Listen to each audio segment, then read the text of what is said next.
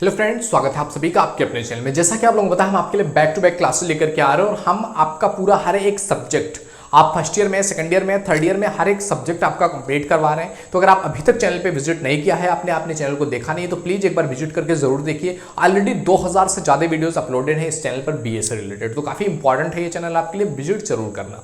तो आज की इस वीडियो में हम आपसे बात करने वाले हैं नई शिक्षा नीति के अनुसार जो आपका पाठ्यक्रम है, नया सिलेबस 2022-23 में के अनुसार, कि आपका बीए फर्स्ट ईयर के प्रथम सेमेस्टर का मध्यकालीन इतिहास, मेडाइवल हिस्ट्री का क्या आपका बीए फर्स्ट ईयर के प्रथम सेमेस्टर का आपका सब्जेक्ट जो होगा, उसका पाठ्यक्रम क्या होगा, क्या क्या चीजें आपको पढ़नी होंगी, वो सारा कुछ आज हम इस वीडियो में डिस्कस करने वाले हैं। तो वीडियो में अंत तक बने रहिए जिससे कि आपको एक एक चीज समझ में आ सके। ओके मेरे दोस्त, तो चलिए टाइम ना वेस्ट करते हुए स्टार्ट करते हैं। जो आपका प्रथम सेमेस्टर है ना मध्यकालीन इतिहास का, इसका नाम है ancient and early medieval India.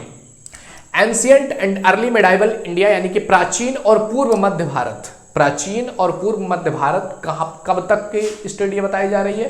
प्राचीन काल से लेकर के 1206 ईस्वी तक के टाइम पीरियड के बारे में यहां पर बात किया गया है, क्योंकि मेडाइवल हिस्ट्री यही कहा जाता है। तो 1206 ईस्वी तक यहां पर बात किया गया है, एंशिएंट से लेकर के अर्ली मेडाइवल तक।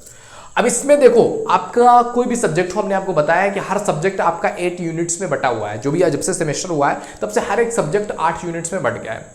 तो आपको पता है कि जैसे आपका मेडाइवल हिस्ट्री का पेपर होता था कि पेपर नंबर 1, जैसे पहले आपका ईयरली होता था, पेपर नंबर 1 चैप्टर है कितने, 15, 17, 18, लेकिन अभी आपके 8 यूनिट्स है, यानी कि एक एक यूनिट्स में चीजें थोड़ी सी बढ़ करके थोड़ा सा ज्यादा एक्सप्लोर करके आपको पढ़ना पड़ेगा।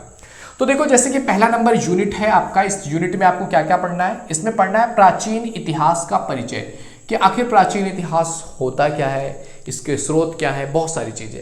संस्कृति और परंपरा क्या होती है, इस चीज के बारे में बात करनी है कि प्राचीन संस्कृति क्या थी, परंपरा क्या थी, चीजें क्या चेंज हुई, क्या बदलाव आए। उसके बाद प्राचीन भारत के इतिहासकार, यानी कि प्राचीन भारत के बारे में बात करने वाले कौन कौन से इतिहासकार हैं और उन्होंने किस किस टाइप के बारे में, किस किस चीज के बारे में, किस किस सब्जेक्ट के बारे में बात किया हुआ है, वो पढ़ना है। उसके बाद भारतीय ज्ञान प्रणाली की, भारत की ज्ञान प्रणाली क्या थी, कैसे हम इतिहास के बारे में समझ सकते हैं, या भारत के बारे में प्राचीन समय में क्या था भारत, उसको कैसे समझ सकते हैं। पूर्व ऐतिहासिक युग का संक्षिप्त इतिहास, यानी कि ऐतिहासिक युग से जो आपका पहले का पूरा संक्षिप्त इतिहास आपको इसमें समझना है। तो यूनिट नंबर 1 काफी ब्रॉड है और काफी सारे क्वेश्चंस आपकी यूनिट नंबर 1 से रिलेटेड आते हैं। अब इसके बाद आइए देखते हैं नेक्स्ट जो क्वेश्चन है, मतलब यूनिट है, वो है सेकेंड यूनिट। सेकेंड यूनिट में आपको पढ़ना है सिंधु घाटी सभ्यता। सिंधु घाटी सभ्यता का उदय कैसे हुआ, विकास कैसे हुआ, उसमें क्या क्या चीजें, मतलब टोटल सिंधु घाटी सभ्यता के बारे में समझना है। उसके बाद वैदिक और उत्तर वैदिक काल के बारे में समझना है। वैदिक टाइम पीरियड यानी कि जो टाइम पीरियड वेद लिखे जा रहे थे, और उत्तर वैदिक मतलब वेदों के बाद का जो टाइम पीरियड है, चाहे वो पुराणों का टाइम पीरियड रहा हो, तो वो सबको कहेंगे उत्तर वैदिक। तो वैदिक और उत्तर वैदिक काल क्या था, क्या इसकी अच्छाइयाँ थी, क्या बुराइयां थी, क्या चीजें था, मतलब पूरा आपको उसको समझना है। तो सेकेंड यूनिट में आपको सिंधु घाटी सभ्यता और वैदिक और उत्तर वैदिक काल के बारे में जानना है। इसके बाद आता है आपका यूनिट नंबर 3, जिसमें आपको क्या पढ़ना है? तो यूनिट नंबर 3 में पढ़ना है आपको मगध साम्राज्य के बारे में। मगध साम्राज्य जिसमें आया था कौन सा वंश? राजवंश। कौन सा राजवंश? मौर्य राजवंश। तो मगध साम्राज्य और मौर्य राजवंश के बारे में पढ़ना है। इसका उदय कैसे हुआ, चंद्रगुप्त मौर्य आए, बिंदुसार आए, अशोक महान आए। इन जो है मौर्य राजवंश में, मगध के साम्राज्य में चंद्रगुप्त जो थे, बिंदुसार थे, अशोक महान थे। इसी में कौटिल्य भी आता है। कौटिल्य की अपनी जो अर्थशास्त्र था, कौटिल्य का अपना अर्थशास्त्र, उन्होंने एक बुक लिखा। कौटिल्य कौन थे, उन्होंने किस तरीके से चंद्रगुप्त मौर्य को बनाया, तो वो सारी चीजें, वो हिस्ट्री आपको उसमें पढ़ना पड़ेगा। उन्होंने अर्थशास्त्र नामक अपना पुस्तक लिखा हुआ था। तो ये सारी चीजें बहुत सारी हैं जो कि मगध साम्राज्य और मौर्य वंश के बारे में पढ़ना है थर्ड यूनिट में।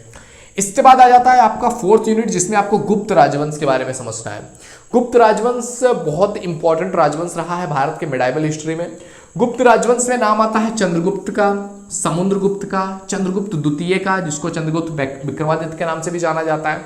और ये जो गुप्त राजवंश था, इसको प्राचीन भारत का स्वर्ण युग कहा जाता था। कि प्राचीन भारत का स्वर्ण युग कौन सा था? जो है गुप्तों का युग। गुप्तों के युग को स्वर्ण युग के नाम से जाना जाता था। ये क्वेश्चन भी कई बार शॉर्ट में आपसे पूछ लेता है। तो फोर्थ यूनिट में आपको गुप्त राजवंश के बारे में अच्छे तरीके से समझना है।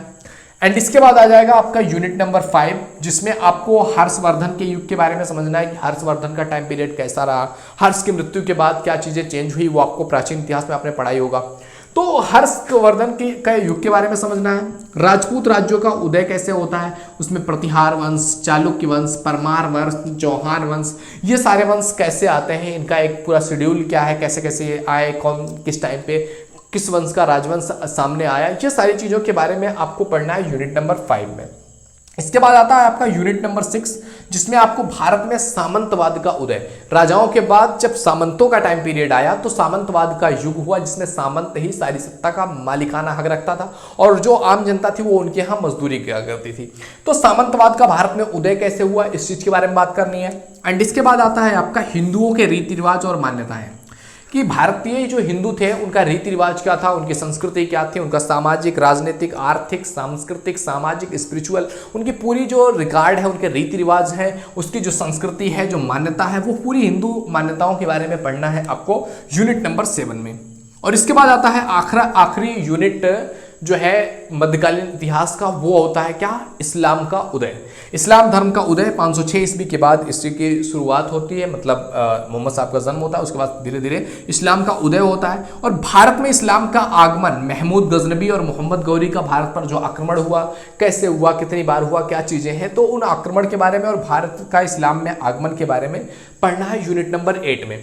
तो ये है पूरे आपके 1 से लेकर के 8 तक यूनिट, अगर आप चाहो तो इसका स्क्रीनशॉट भी ले सकते हो। तो ये है पूरा आपका 1 से लेकर के 8 तक के यूनिट, जिसमें आपको पूरा मध्यकालीन इतिहास प्रथम सेमेस्टर बीए फर्स्ट ईयर का पूरा सिलेबस यहाँ पर दिखाया गया है। तो आई होप ये वीडियो में समझ में आया होगा। सेमेस्टर का जो भी टॉपिक्स आपको पढ़ने हैं वो चीज़ें हम आपके साथ डिस्कस कर रहे हैं, एंड इसके बाद जब ये सारे टॉपिक्स डिस्कस हो जाएंगे उसके बाद एक एक करके सारा कुछ हम आपको पूरा पढ़ाने वाले हैं। तो आपको टेंशन लेने की जरूरत नहीं है, everything will be fine and आप चीज़ों को एकदम अच्छे तरीके से समझ पाओगे। ओके मेरे दोस्त, तो अगर आपको वीडियो पसंद आए तो लाइक जरूर कीजिए, पहली बार चैनल पे आए हैं एक बार विजिट जरूर कीजिए, अगर आपको चीज़ें अच्छी लगती है तो अपने दोस्तों के पास भी शेयर करो, जिससे कि उनकी भी हेल्प हो सके। ओके, मिलते हैं आपसे अगले वीडियो में, तब तक के लिए जय हिंद, जय Bharat, thank you, bye bye.